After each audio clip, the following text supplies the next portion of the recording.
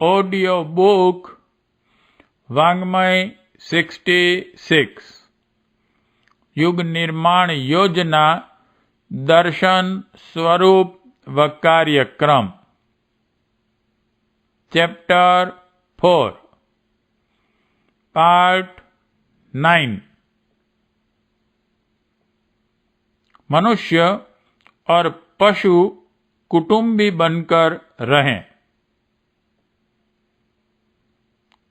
प्राणी जगत में अकेला मनुष्य ही नहीं है, उसके दूसरे छोटे बड़े भाई भी इसी दुनिया में रहने के लिए परमेश्वर ने सृजे हैं। मनुष्य अपनी ही सुविधा के लिए सृष्टि की सारी सुविधाओं को हथिया ले और दूसरों के हिस्से में कुछ न छोड़े, यह अनुचित है। न्याय का तकाजा यह है कि मनुष्य अपने पुरुषार्थ से अपने लिए आवश्यक सुविधाएं उपलब्ध करें और दूसरे प्राणियों को भी अपना साथी सहयोगी समझकर ऐसी व्यवस्था बनाएं जिससे अपनी और अन्य प्राणियों की जीवनचर्या में अन्याय अत्याचार की आवश्यकता ही न पड़े। हमारी ही तरह पशु पक्षियों को भी ईश्वर प्रदत्त जीवन प्यारा है। उन्हें भी शांतिपूर्वक जीवित रहने का अधिकार रहना चाहिए। मनुष्य अपने जीवन को प्यार करे और उसे सुखी बनाने का प्रयत्न करे, यह उचित है, पर इसके लिए इस सीमा का ऐसा अतिक्रमण नहीं होना चाहिए जिससे दूसरों को पीड़ा, वेदना का, अन्याय और अत्याचार का शिकार बनना पड़े। इस संदर्भ में उन पशुओं की समस्या अधिक विचारणीय है जो मनुष्य के अधीन उसके सहयोगी सहचर बनकर रह रहे हैं। इनकी सुविधाओं का ऐसा ही ध्यान रखना चाहिए जैसा कि अपने घर कुटुंब वालों का रखा जाता है। वे अपनी बात कह नहीं सकते, शिकायत कर नहीं सकते, इसलिए उन पर अत्याचार की छूट मिल गई नहीं मान ली जानी चाहिए। पालतू पशुओं के साथ न्यायोचित व्यवहार करने का हर मनुष्य को पूरा ध्यान रखना चाहिए। पालतू जानवर कितना श्रम कर सकते हैं, उन्हें कितना विश्राम और अवकाश मिलना चाहिए, इसका ध्यान न रखा जाए और जितना श्रम वे नहीं कर सकते, जितना बोझ वे नहीं ढो सकते, उसके लिए विवश किया जाए तो यह क्रूरता और दुष्टता ही कहलाएगी। कौन पशु कितनी आसानी से कर सकता है, इसका अनुमान उसकी उदासी और थकान के प्रत्यक्ष चिन्ह देखकर आसानी से लगाया जा सकता है। अपना स्वास्थ्य गंवाए बिना और अड़चन अनुभव किए बिना जितना श्रम आसानी से जो कर सके, उससे उतना ही श्रम लिया जाना चाहिए। उसकी सुविधा, आहार विहार का भी वैसा ही प्रबंध करना चाहिए जैसा एक जीवधारी को सुविधाजनक जीवन जीने के लिए अभिष्ट है। अत्याचार चाहे पशुओं पर किया जाए चाहे मनुष्यों पर, समान रूप से निंदनीय है। लोग बैल, घोड़े, गधे, ऊंट आदि पर इतना बोझ लादते हैं, इतनी देर काम लेते हैं, जिससे उनकी थकान, उदासी और पीड़ा स्पष्ट झलकती है। कई बार तो उनके कंधे, पीठ आदि में घाव हो जाते हैं। थके पशु से अधिक काम लेने के लिए बुरी तरह पीटा जाता है। उसके क्रूरतापूर्ण चिन्ह भी मनुष्यता पर लगी कलंक कालिमा की तरह अपनी कथा आप कहते रहते हैं। इस प्रकार का उत्पीड़न बंद किया जाना चाहिए। युग निर्माण की विधि व्यवस्था में केवल मनुष्य को ही अन्याय से मुक्ति दिलाना शामिल नहीं है, पशुओं को भी अत्याचार से मुक्ति मिलने की बात उनमें सम्मिलित है। मांस खाना अपराधों की गणना में सबसे नृशंस स्तर का अपराध मानना चाहिए।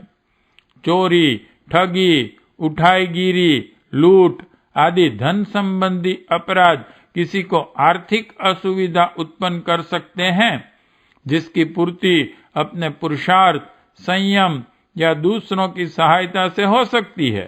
अपमान, मानहानि, मारपीट, व्यभिचार जैसे अपराधों से किसी को इतनी असुविधा नहीं होती कि जीवित रहना कठिन हो जाए।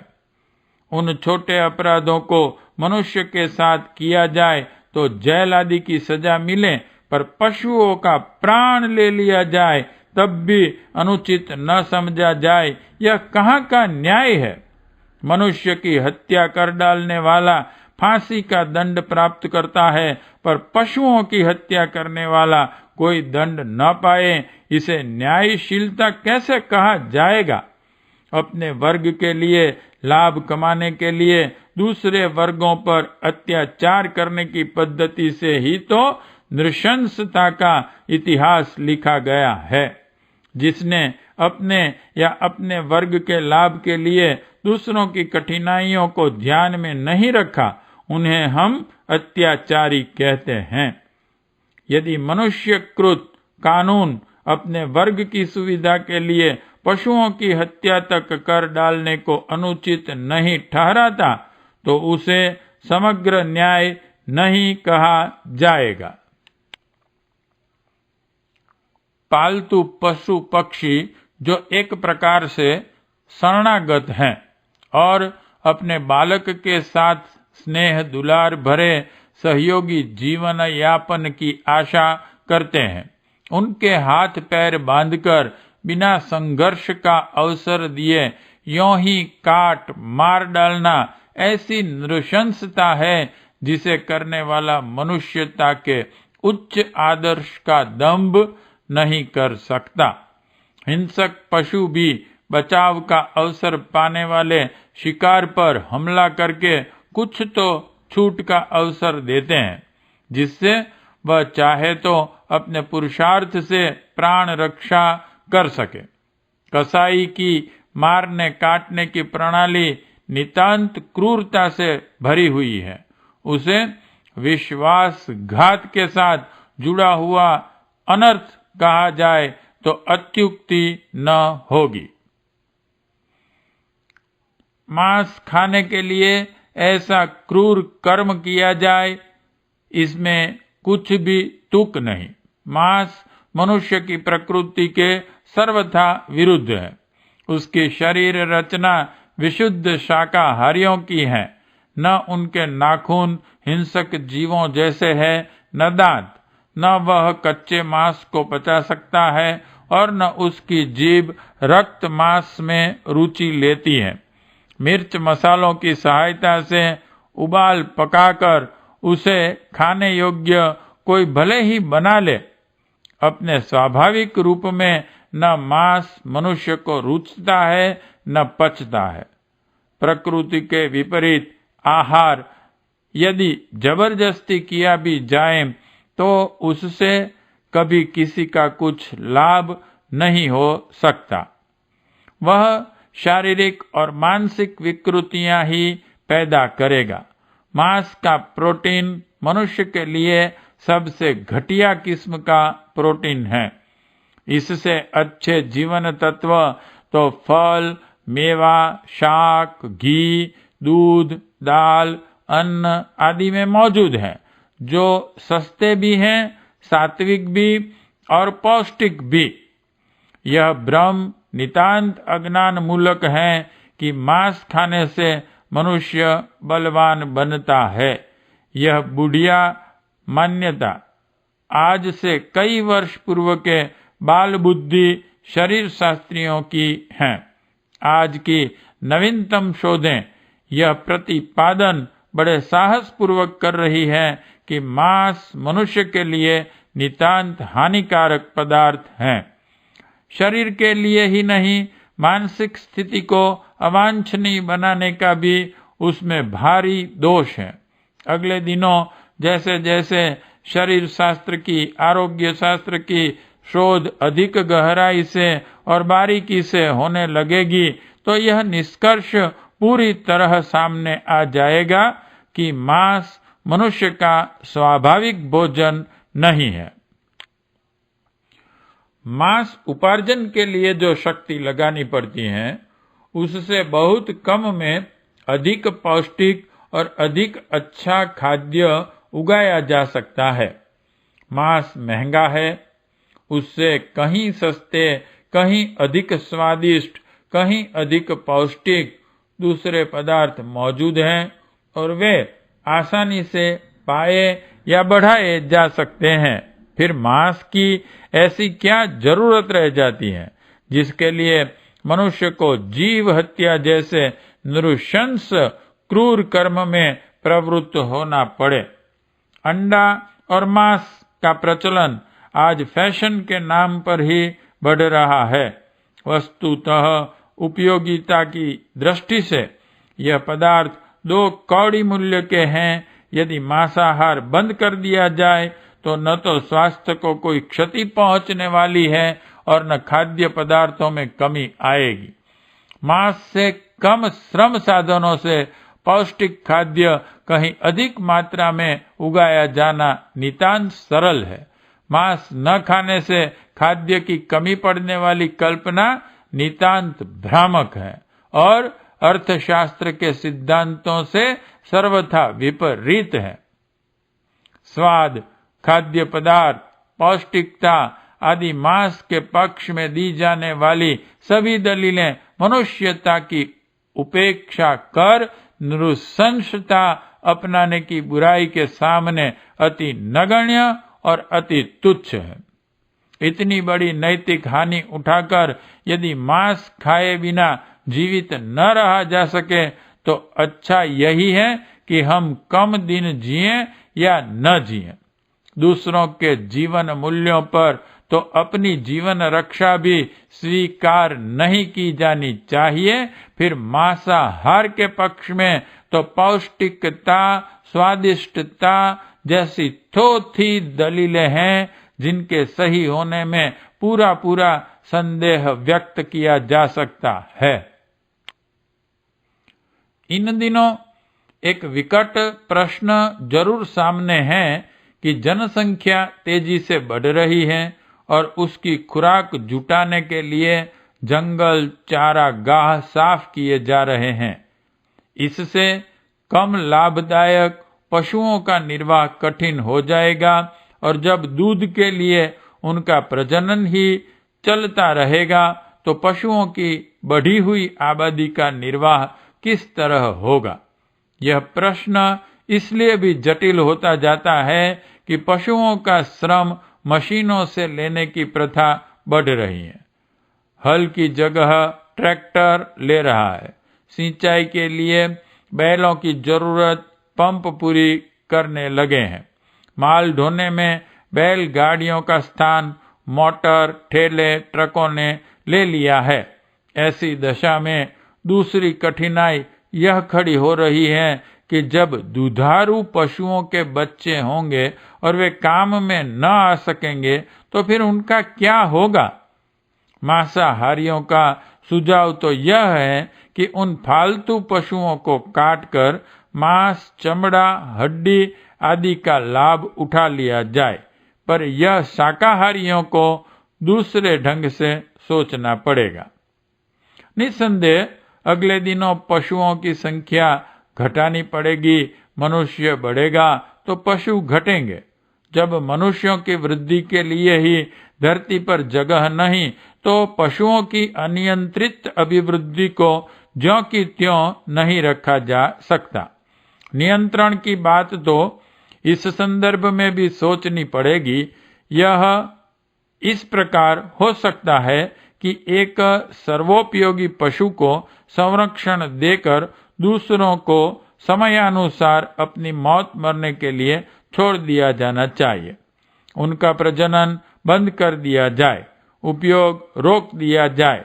जो जीवित हैं उनके निर्वाह का खर्च थोड़े दिन उठा लिया जाए तो वे नस्लें अपने आप कुछ समय में समाप्त हो जाएंगी। भैंस, बकरी, भेड़ आदि का दूध न तो उतना उपयोगी है न पौष्टिक। उनके बच्चे भी किसी महत्वपूर्ण काम में नहीं आते। इसलिए इन नस्लों को अभिवर्धन मांसाहार की पृष्ठभूमि ही तैयार करेगा। गाय संसार का सर्वोत्तम पशु है। उसके दूध में जिन तत्वों की प्रधानता है, उसे देखते हुए माता के बाद दूसरे नंबर का उसी दूध को स्थान दिया जा सकता है। रक्त, मांस, हड्डी आदि बढ़ने की ही नहीं, साहस, पौरुष, स्फूर्ति, उत्साह जैसे सद्गुणों की मात्रा स्वभाव में बढ़ाने की भी उसकी विशेषता है। गौ दुग्ध बुद्धिवर्धक, सतोगुणी प्रवृत्ति और दीर्घ जीवन प्राप्त कर सकने की शक्ति से भरा है। चंद पिछड़े देशों में ही भैंस, बकरी का दूध प्रयुक्त होता है। बाकी सारे संसार में दूध की आवश्यकता एकमात्र गौ दुग्ध से ही पूरी की जाती है। यह प्रधानता उसमें पाए जाने वाले जीवन तत्वों की उत्कृष्टता के आधार पर मिली है। गाय के बछड़े ही भारत जैसे निर्धन, बिछड़े और छोटी देहातों में रहने वाली छोटी छोटी ऊंची नीची जमीन पर बनी जोत के लिए उपयुक्त हो सकते हैं। इसलिए साधन संपन्न थोड़े से लोगों को बड़े कामों में प्रयुक्त करने के लिए मशीनरी उपकरणों से सुविधा मिलेगी। बाकी भार व कृषि आदि के लिए बैल ही काम में आते रहेंगे। इस देश में गौ दुग्ध और बैलों की उपयोगिता की दृष्टि से इतनी आवश्यकता चिरकाल तक बनी रहेगी कि गाय की नस्ल बिना कसाई की छुरी के नीचे जाए अपना जीवन यापन कर सकें। बुढ़ापे में भी इसका गोबर खाद का काम दे सकता है और मरने के बाद चमड़े, हड्डी आदि की इतनी कीमत उठ सकती है जितनी से कि उसे बुढ़ापे में बिना काम लिए खिलाने का खर्च चल जाए। भारतवर्ष में गाय को धार्मिक मान्यता अकारण नहीं दी गई है। गौ दुग्ध की पौष्टिकता तथा मनस्विता, बछड़ों का कृषि तथा वाहन उपयोग, गोबर में अन्य पशुओं की तुलना में अधिक स्वच्छता एवं उत्पादन शक्ति जैसी प्रत्यक्ष अप्रत्यक्ष विशेषताओं को ध्यान में रखकर ही वह प्राथमिकता दी गई है।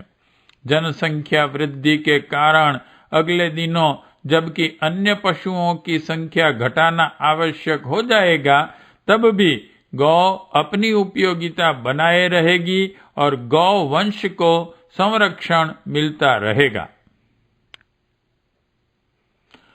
इसे आश्चर्य ही कहना चाहिए कि जहां संसार भर में अन्य देशों में गौवंश की वृद्धि के लिए पूरा ध्यान दिया जा रहा है, औसत गाय 30 पाउंड दूध देती है और युवा गाय की काटने की बात कोई सोच भी नहीं सकता। वहां अपने देश में उसकी दशा दयनीय हो रही है। नस्ल बिगड़ती जा रही है, दूध जरा सा देती है, उन्हें पालना अलाभदायक हो गया है। इसलिए लोग गाय की अपेक्षा भैंस पालते हैं। इस उपेक्षा से बछड़े कमजोर मिलते हैं और अच्छे बैलों की कीमत बहुत बढ़ गई है।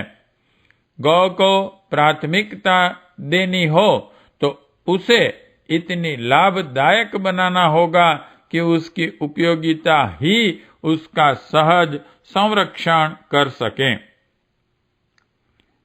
इस दिशा में पहला काम जनता द्वारा यह किया जाना चाहिए कि हर व्यक्ति केवल गौ दुग्ध का ही उपयोग करे। घी की जहां आवश्यकता है वहां गौ द्रुत का ही प्रयोग हो।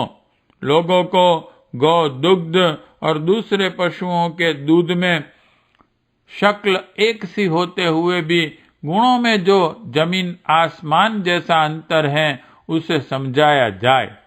उसके लिए बड़े पैमाने पर प्रचार की जरूरत है ताकि जनता वस्तु स्थिति समझकर गौ दुग्ध की उपयोगिता समझ सके। गौ पालने के लिए वैयक्तिक और सामूहिक प्रयत्न किए जाएं और ऐसी व्यवस्था की जाए जिससे हर जगह गौ दुग्ध गौ घृत आसानी से मिल सके। इस उद्योग में यदि संपन्न और समझदार लोग भाग लें तो गायों की नस्ल सुधारने, उनका पालन पोषण वैज्ञानिक दृष्टि से करने की व्यवस्था बन सकती है। अधिक दूध देने तथा अच्छे बछड़े देने के कारण गाय की उपयोगिता जितनी ही बढ़ती जाएगी, मांस या चमड़े के लिए आज जो उनका विनाश हो रहा है वह उस विकसित स्थिति में आर्थिक दृष्टि से भी संभव न रहेगा।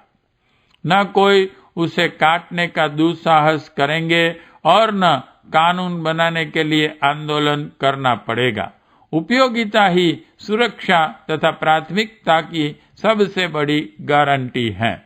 हमें गाय को इतना समर्थ और उपयोगी बना देना चाहिए ताकि अगले दिनों संरक्षण प्राप्त पशु के चुनाव में उसको प्राथमिकता मिल सके। धार्मिक दृष्टि से गौ भक्ति को महत्व देने वाले, मांसाहार की हिंसात्मक दुष्प्रवृत्ति को रोकने के उत्सुक, पौष्टिक आहार ढूंढने वाले, कृषि व्यवस्था की एक बड़ी आवश्यकता पूरी करने के इच्छुक एवं मनुष्य तथा पशुओं की बढ़ती संख्या से उत्पन्न विग्रह का अहिंसक सुझाव ढूंढने वाले सभी को गौ संरक्षण की बात आवश्यक प्रतीत होगी। बढ़ती हुई जनसंख्या अंततः पशुओं की संख्या सीमित ही रखने को विवश करेगी। ऐसी दशा में दूध का उत्पादन घटता जाएगा। वह बच्चों भर के लिए कठिनाई से उपलब्ध हो सकेगा। इसलिए घी बनाने की प्रथा बंद करनी चाहिए और उससे पकवान मिठाई बनाने पर तो अभी से प्रतिबंध लगाना चाहिए ताकि उस दुर्बल खाद्य को जाय के चटोरेपन के लिए बर्बाद न करने की अपेक्षा स्वास्थ्य संरक्षण के लिए आवश्यक जीवन तत्व उपलब्ध करने के लिए सुरक्षित रखा जा सके। मांसाहार के शारीरिक, मानसिक, आर्थिक, नैतिक दुष्परिणामों से जनसाधारण को परिचित कराया जाना चाहिए। लोग यदि यह अनुभव करने लगे कि पशुओं के साथ बरती जाने वाली क्रूरता मानवीय प्रकृति में सम्मिलित होकर परस्पर अनीति बरतने का द्वार खोलती हैं और उस बढ़ती हुई असुरता से व्यक्तित्वों की शालीनता और समाजगत स्नेह सहकारिता को भारी आघात लगता है, तो निसंदेह मांसाहार को हर दृष्टि से अनुपयुक्त माना जाएगा। मिथ्या भ्रांतियों ने मांसाहार को बढ़ाया है। निष्ठुरता ने पशुओं के साथ दुर्व्यवहार बढ़ाया है।